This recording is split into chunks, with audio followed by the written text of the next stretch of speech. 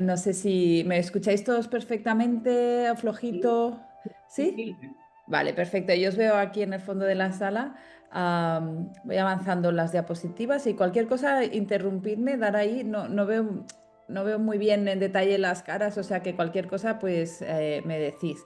Bueno, yo hoy lo que quería explicaros sobre todo es un poquito los avances que vamos haciendo en el laboratorio. Ya sabéis que hemos ido teniendo varios proyectos financiados tanto por el Ministerio como por algunas otras entidades públicas y privadas y bueno, vamos avanzando en nuestro quest, ¿no? Que se dice en inglés, nuestro challenge de ir entendiendo no solamente cómo es la patofisiología de las encefalopatías epilépticas de origen genético, am, sino además cómo intentar encajar los tratamientos que están apareciendo y entender cómo estos están, bueno, cómo estos favorecen la curación, su tratamiento, la posible mejora y sobre todo evitar que se conviertan en tratamientos tóxicos como ha ido pasando a lo largo de la historia de este tipo de enfermedades con un diagnóstico tan complicado, ¿no? Que muchas veces nos contaban los neurólogos con los que colaboramos más estrechamente, pues bueno, son patologías que para ser tratadas tienen que abordarse desde una salto muy empírico, ¿no? Que evaluando cómo los pacientes van evolucionando, se van mejorando los tratamientos. Entonces, un poco, no sé si recordáis la historia de mi grupo, yo, aparte de ser profesora en la Universidad de Barcelona, donde tengo la mayor parte de mi actividad profesional, con mis alumnos en la Facultad de Medicina. Además, mi afiliación dentro del Instituto de Salud Carlos III es a través de este tipo de institutos que se dedican a la biomedicina y desde hace un año yo había estado, bueno, desde que me incorporé a la Universidad de Barcelona, yo formaba parte del equipo de investigación del Instituto de Investigación de Bellvitge, pero desde hace un año por la afiliación del tipo de investigación que hacemos a nivel del sistema nervioso central, comparto esta dedicación con una perspectiva mucho más translacional y clínica con el Instituto de Investigación de Sant Joan de Déu, que es el hospital infantil exclusivamente infantil de Barcelona y donde yo ya había hecho mi tesis doctoral y con el Breta Brain Research Center, que es, bueno, está dedicado sobre todo a las enfermedades neurodegenerativas, que es otro de los pilares que trabajamos en el laboratorio. Al fin y al cabo es intentar entender cuáles son los cambios moleculares que tienen lugar en el cerebro cuando hay una patología que progresa ¿no?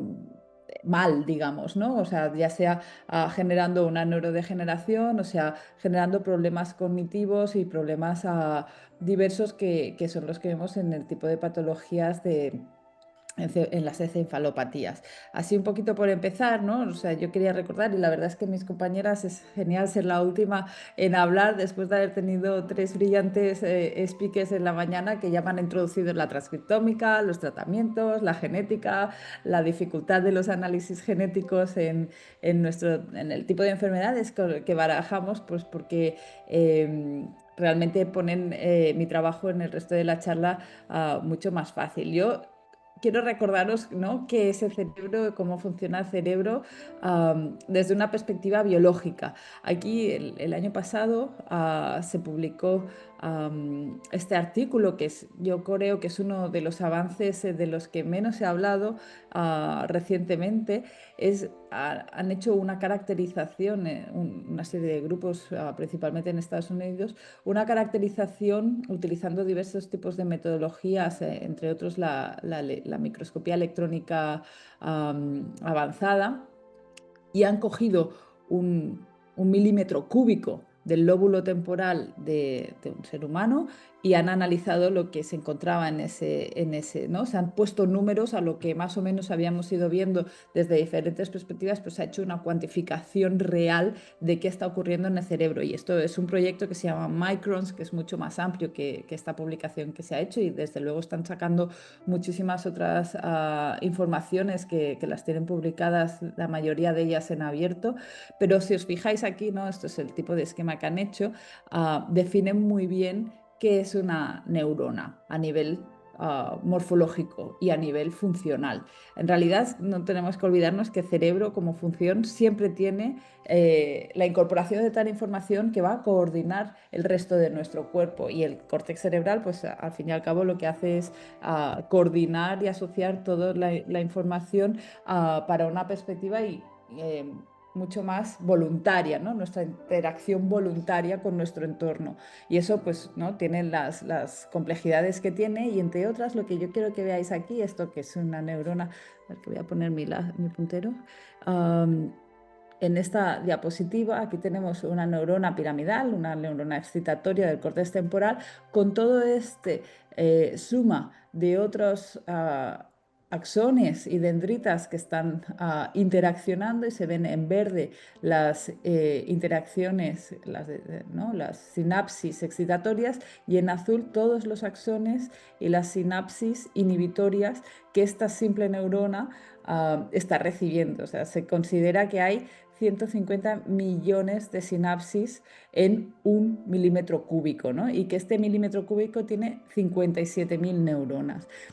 Son números estratosféricos. Yo la verdad es que encuentro fascinante poder ser capaz de darle números a la complejidad que sabemos que está, porque una de las cosas que nos decía justo ahora Berta es ¿no? La cantidad de genes, ¿no? Tenemos entre 20 y 30.000 genes, no lo vamos a definir de forma exacta en los próximos años todavía, porque hasta que no vayamos encontrando las funciones y definiendo exactamente qué significa ser un gen, no, bueno, pues no vamos a poder acotar, pero lo que sí sabemos es que la información genética, las neuronas, es el tipo de célula, en grosso modo, como un gran paraguas que tiene mayor expresión de genes. Eso quiere decir que tenemos diferentes variantes, diferentes, lo que llamamos isoformas a nivel transcriptómico, ¿no? Tenemos un gen que da lugar a muchísimas variantes génicas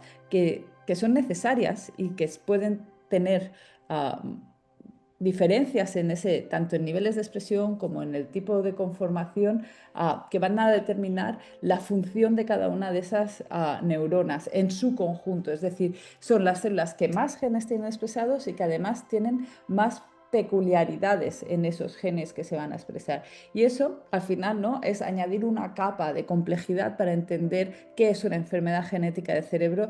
Es algo mucho más sofisticado que entender una mutación que pueda ocurrir en un fibroblasto o en una célula del páncreas, ¿no? Pues son complejidades diferentes porque no sabemos, y el gran problema es que no sabemos cuál es la expresión génica de cada una de las neuronas y qué relevancia tiene ese complejidad génica de cada una de las neuronas en el contexto de la función, de las integraciones de los circuitos neuronales, que es al final el punto crítico de la función del cerebro. Entonces, esa complejidad no la vamos a resolver ciertamente en los próximos 10 años, o sea, vamos a avanzar, con suerte vamos a poder avanzar mucho con las herramientas que se están generando en los últimos años, pero vamos a tener que vivir todavía con un cierto margen de incertidumbre que tenemos que poder sobrellevar como científicos, como familias, como clínicos que trabajamos en este tipo de enfermedades. Y aquí aparece ¿no? No todo siempre es negativo, por supuesto, ¿no? Tenemos algunas ciertas herramientas que nos permiten adentrarnos en ese espacio oscuro que es la expresión génica del cerebro, qué funciones tienen cada uno de los genes, qué mutaciones son las relevantes en cada uno de los individuos, porque al final somos una complejidad de expresión génica, mosaicismos de nuestras células, ¿no? Cada una de ellas va a ir recogiendo unas ciertas mutaciones, y esto más o menos lo vamos a ir pudiendo modelar desde una forma simplista utilizando los organoides. Entonces, ¿qué aportan los organoides? La capacidad de poder modelar el genoma, ¿no? La expresión de esos genes que todavía no sabemos qué función tienen y que en su combinación van a dar unas funciones diferentes para cada uno de nosotros de forma específica. Entonces, aunque muchas veces vamos a intentar y hacer todos los esfuerzos para buscar a todas las personas, ¿no? Todas las mutaciones que están afectando o que son los drivers de esa patología, sabemos que hay muchos otros moduladores génicos y transcriptómicos y epigenéticos que van a hacer que cambie el tipo de severidad, de capacidad de respuesta, de localización, cosas que van a hacer que nuestros pacientes puedan pues, ser tratados de una manera más específica. Y como los organoides vienen directamente de esas células que podemos recoger de los pacientes, podemos modelar de forma, ¿no? Construir una serie de bolitas, ¿no? Lo que llamamos organoides, que los hacemos en el laboratorio, tardan entre 3 y 6 meses en ser suficientemente maduros como para darnos algunas de las valores experimentales que podemos evaluar para testar su capacidad de respuesta, y cada una de esas células va a tener el genoma exclusivamente de ese paciente que hemos aislado, con todas sus peculiaridades o con al menos una gran parte de sus peculiaridades. Entonces, nosotros utilizando ¿no? una serie de compuestos químicos, una receta específica que además está muy normalizada y que ya está lo suficiente, lleva 15 años ya en el campo, ya pues sabemos utilizarla con bastante eficacia para conseguir pues, reducir la variabilidad, reducir, ¿no? Poder responder a aquellas preguntas que queremos en cada uno de los momentos, pues lo podemos aplicar, y además son protocolos muy estandarizados y replicables en la mayor parte de laboratorios, lo cual nos da una translacionalidad mucho más amplia y poder dar un salto de escalabilidad para poder hacer aquellas mutaciones que estén menos descritas, ¿no? Yo hoy os voy a hablar sobre todo de lo que hemos estado haciendo en los últimos 5 años en el laboratorio, utilizando síndrome de Dravet con las mutaciones en el gen SC1A como gran paradigma para testar las tecnologías que nosotros tenemos, pero simplemente nos permite, ¿no? Teniendo un contexto muy concreto, poder ser robustas a la hora de desarrollar todo ello, todo lo que vamos a necesitar para enfermedades con diagnósticos más complejos. Vaya.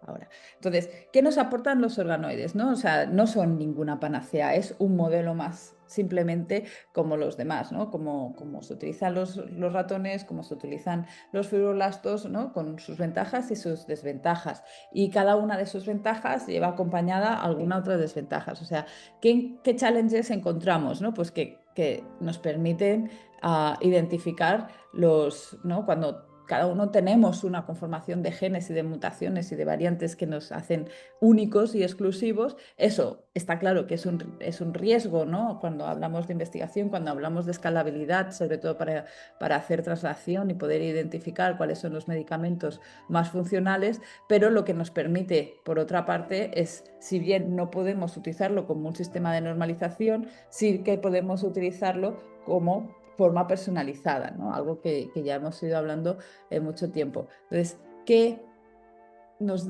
qué, ¿cuál es otro de los challenges que tienes? Que son procesos muy lentos. O sea, os acabo de decir que para conseguir que un organoide sea mínimamente funcional y podamos ver pues, cómo se conectan las neuronas, que es, ¿no? el sí de la cuestión cuando queremos analizar y estudiar si la función neurológica en una encefalopatía epiléptica está mantenida o no, necesitamos un circuito neuronal lo suficientemente maduro como para poder reproducir aquellos defectos que tienen lugar. Entonces, tenemos que poderlos madurar lo suficientemente,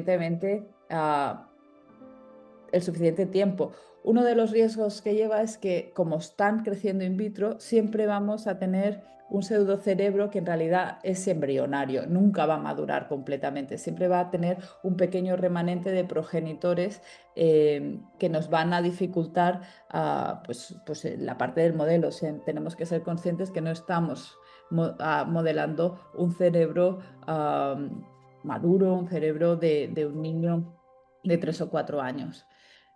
¿Qué otro de los aspectos tiene? Pues uno de los centrales es el que acabo de decir. O sea, por supuesto, reproducir toda la diversidad celular de un cerebro es imposible, pero sí que es verdad que tenemos diferentes tipos de protocolos que los podemos ir ajustando, que nos permiten balancear, o bien queremos identificar cuál es el modelo, ¿no?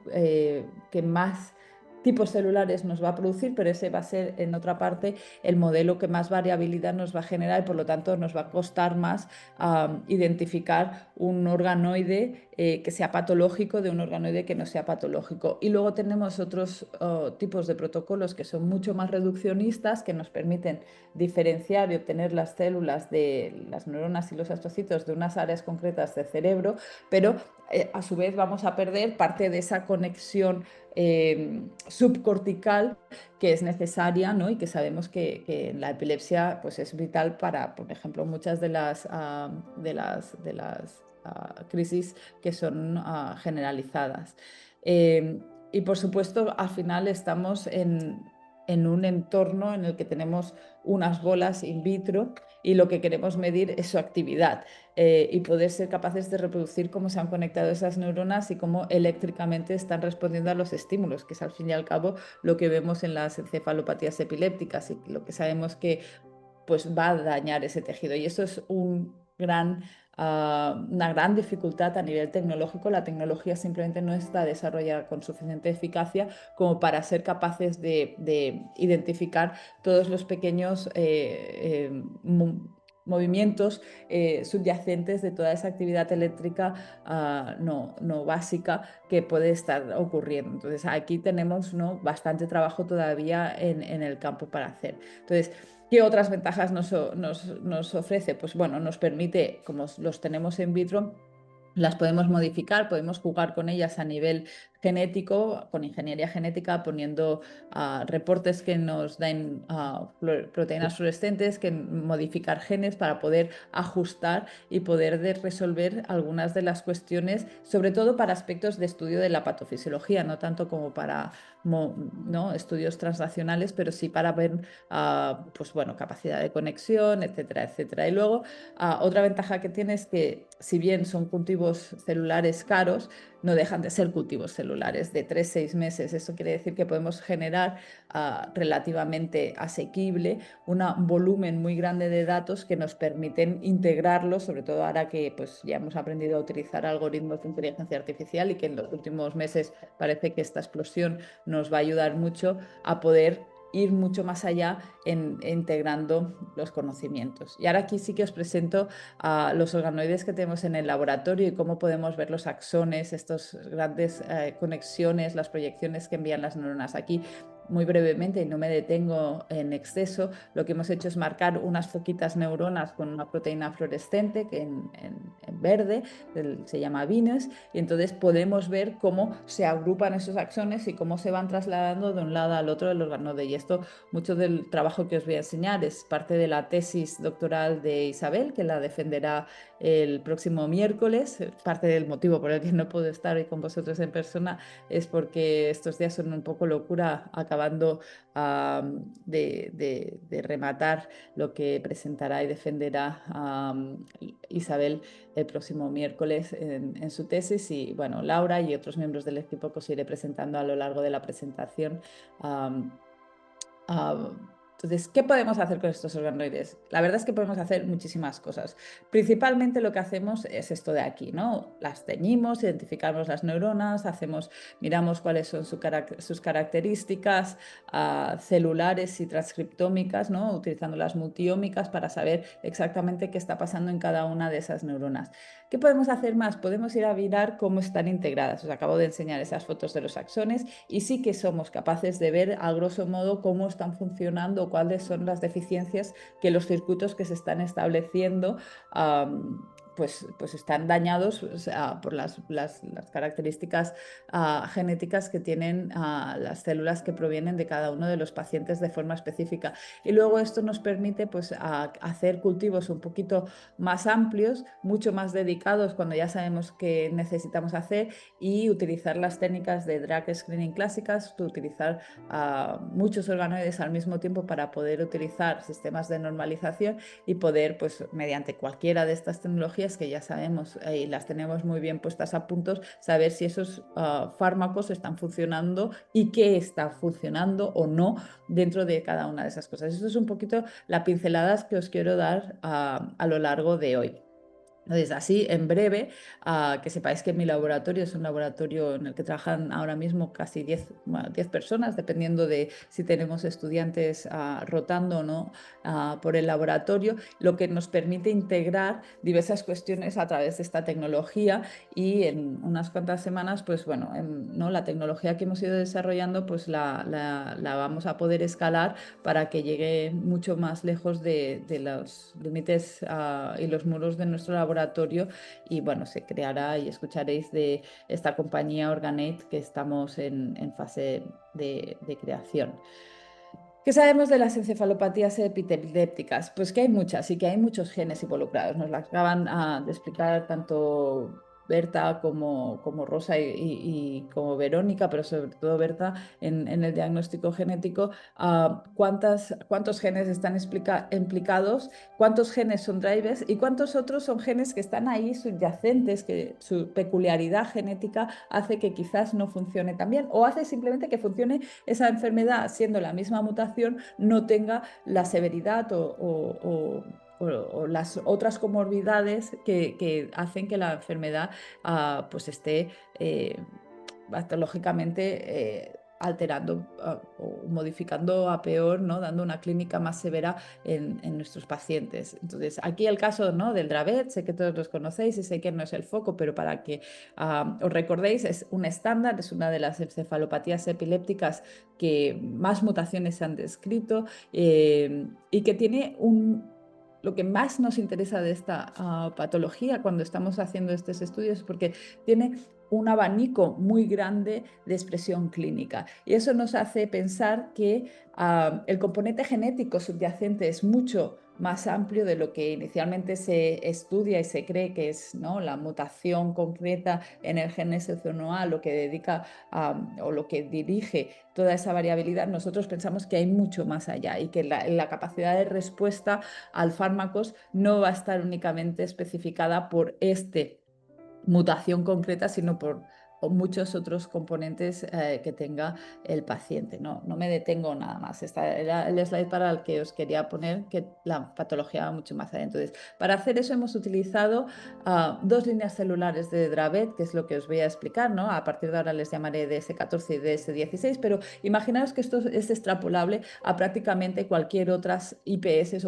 o cualquier otros organoides que vengan de un paciente. Nosotros no necesitamos en sí identificar para hacer estudios de prueba de medicamentos la mutación. La mutación es útil para entender ciertas cosas, pero podemos hacer este tipo de pruebas sin necesidad de haber identificado la mutación patogénica principal. Por ejemplo, la mutación en el gen SC1A de la línea DS14 está en el exón 8 y la del 16 está en el gen 24 y produce una proteína truncada, ¿no? Nos altera completamente toda esa función transmembrana del canal de sodio de las interneuronas donde está, ¿no? Es un poco lo que representamos aquí. Cuando tenemos las dos copias del gen tenemos unos canales de sodio que están intactos, cuando tenemos una copia del gen mutado, hay un porcentaje alto de canales de sodio que no va a tener la función activa y eso va a hacer que se determine y se desbalancee toda la respuesta excitatoria inhibitoria que es necesaria para el buen funcionamiento de la enfermedad. Entonces, ¿qué vemos dentro de los organoides? Pues bueno, que el GABA, ¿no? La señalización con el neurotransmisor inhibitorio por excelencia en el córtex cerebral, pues lo podemos identificar en nuestros organoides, podemos seguir estos circuitos, aparte de los axones, podemos ver cómo están las neuronas expresando esta función. Y lo que ya os avancé en los otros encuentros es que nosotros hemos estado trabajando con informáticos y esto fue un trabajo excelente de Adriana en mi laboratorio en colaboración con Oscar Lao, utilizando organoides, haciendo un marcaje de estos circuitos neuronales, poder predecir si son organoides patológicos con síndrome de Dravet o no lo son. Y bueno, esto es la base de esta compañía. Esto justamente nos han aceptado el paper la semana pasada, así bueno, ya lo tenéis online en bioRxiv si le queréis echar una ojeada, pero esta es la base del trabajo en el que, ¿no? la colaboración con vosotros va a estar ancorada. Entonces, ¿qué podemos hacer para ver el funcionamiento de los medicamentos, tanto a nivel experimental como a nivel predictivo, ¿no? Para nivel predictivo, como veréis en un instante, utilizaremos este tipo de algoritmos que hemos diseñado, esperamos poderlos mejorar para poderlos hacer, ¿no?, mucho más rendibles en la identificación de toxicidad en otras patologías fuera del Dravet. Entonces, como ya sabéis, y aquí no me detengo porque desde luego vosotros sabéis muchísimo más que yo, las líneas de tratamiento en las encefalopatías epilépticas y en el Dravet pues pasan por el valproato y mucho más recientemente la fenfluramina en combinación con esteripentol o algún otro fármaco, y en tercera línea desde hace un par de años ya se puede utilizar el cannabidiol, pero todavía hay grandes dudas de cómo funcionan incluso el valproato, que hace pues no sé, más de 20 o 30 años,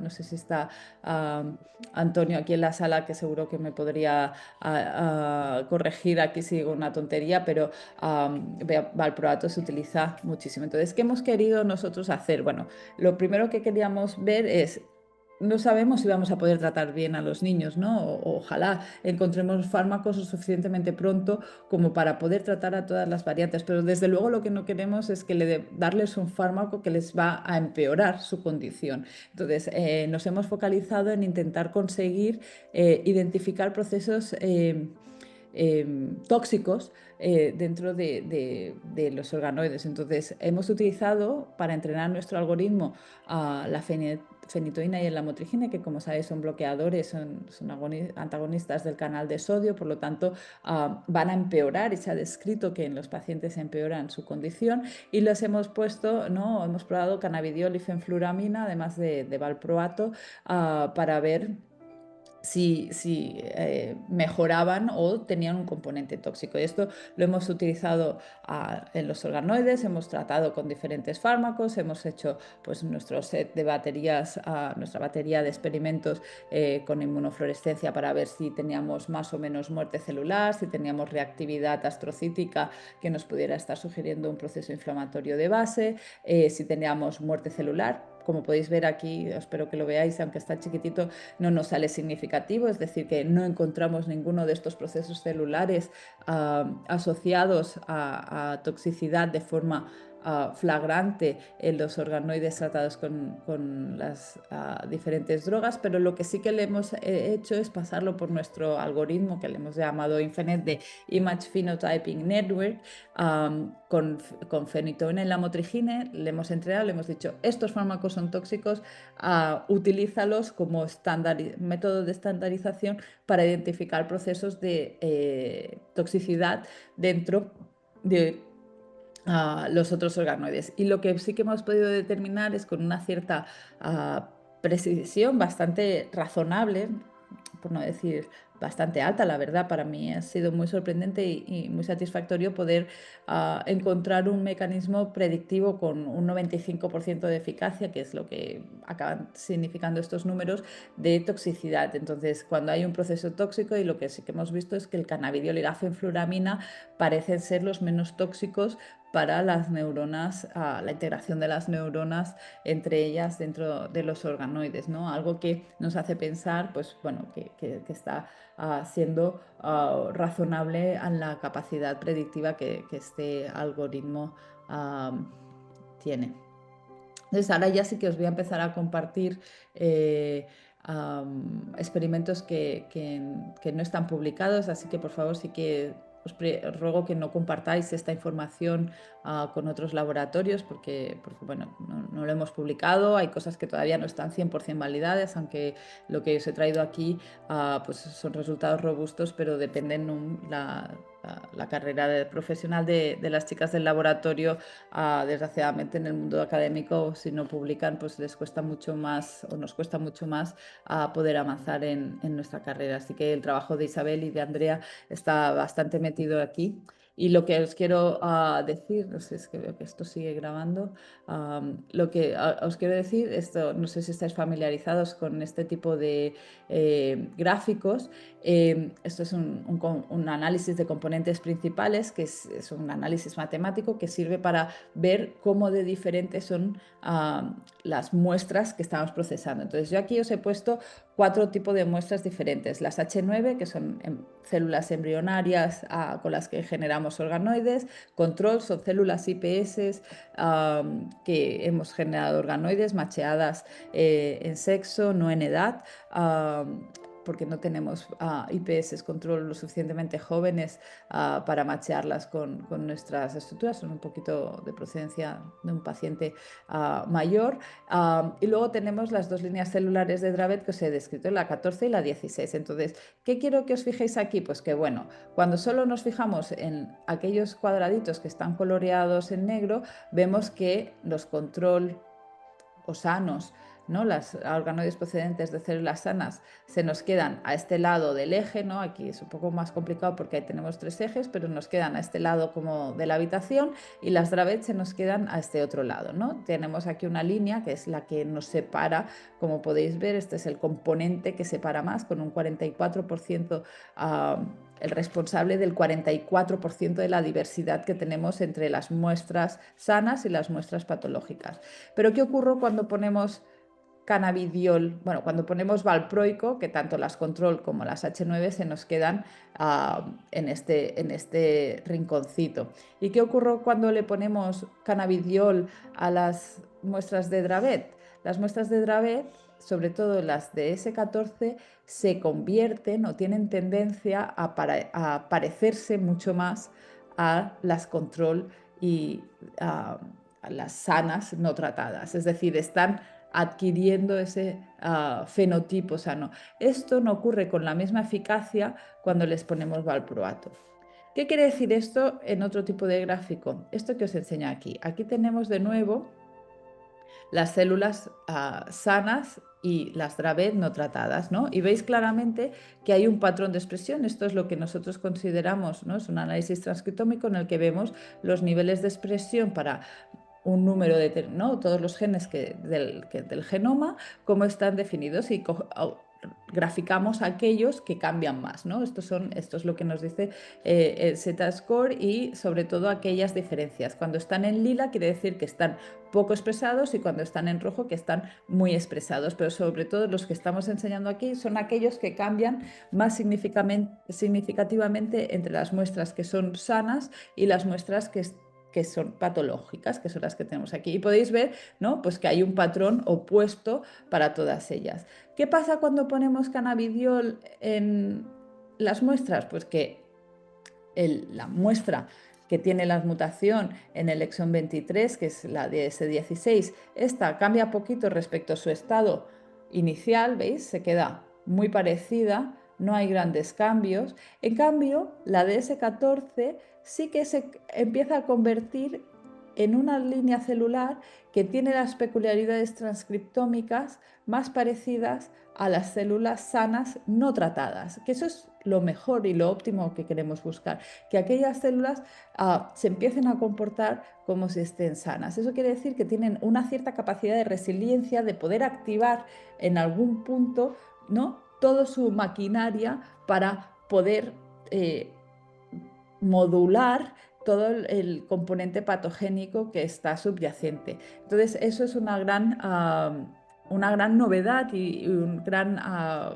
avance, porque empezamos a entender cómo están funcionando estos medicamentos, y sobre todo entendemos que no todos los medicamentos funcionan de manera parecida para todos los pacientes, un poco dándonos soporte a esa estrategia original de que necesitamos saber y tener herramientas de medicina personalizada para poder definir cuáles son los mejores tratamientos para las diferentes personas. Ahora voy a pasar un poco rápido, ¿no?, para que tengáis la idea. Esto es simplemente un poquito más avanzado. Vemos que, por ejemplo, de los genes que están tratados en las 2 tipos de líneas celulares, ni siquiera corresponden a los mismos ítems, ¿no? Vemos que los que están mejorando la calidad, pues mejoran, son genes que están involucrados en la organización extracelular y en la percepción y en la percepción sensorial, y bajan aquellos que están involucrados en el crecimiento axonal, en todos aquellos procesos de formación de un circuito hiperactivo, ¿no? Y en cambio para la línea celular con esta otra mutación, no sabemos si es a causa de la mutación, esto todavía no os lo podemos decir, si es a causa de la mutación o a causa de todo el resto del genoma que modula para que ese fármaco no funcione de la manera correcta, ¿no?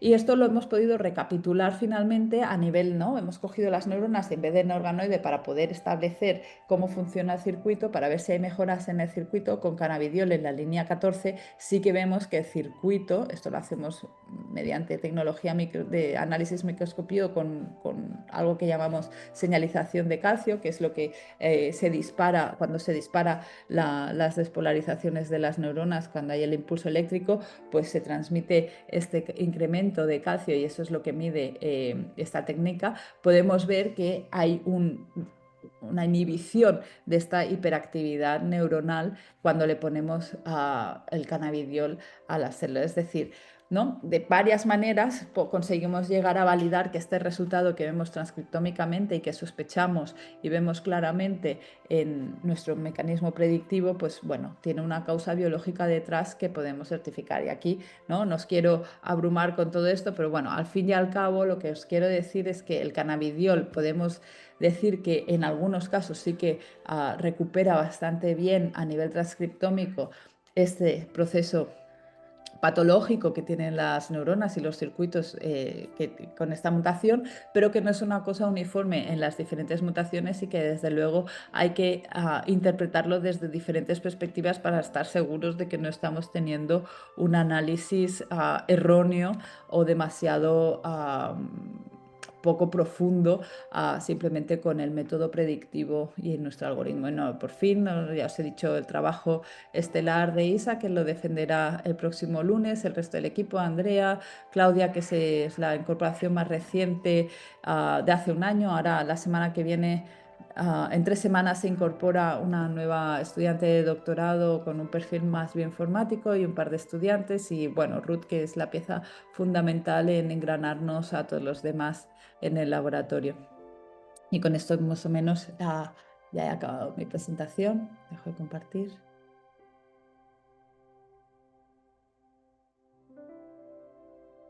Muchísimas gracias a todos por vuestra atención y aguantar aquí estoicamente.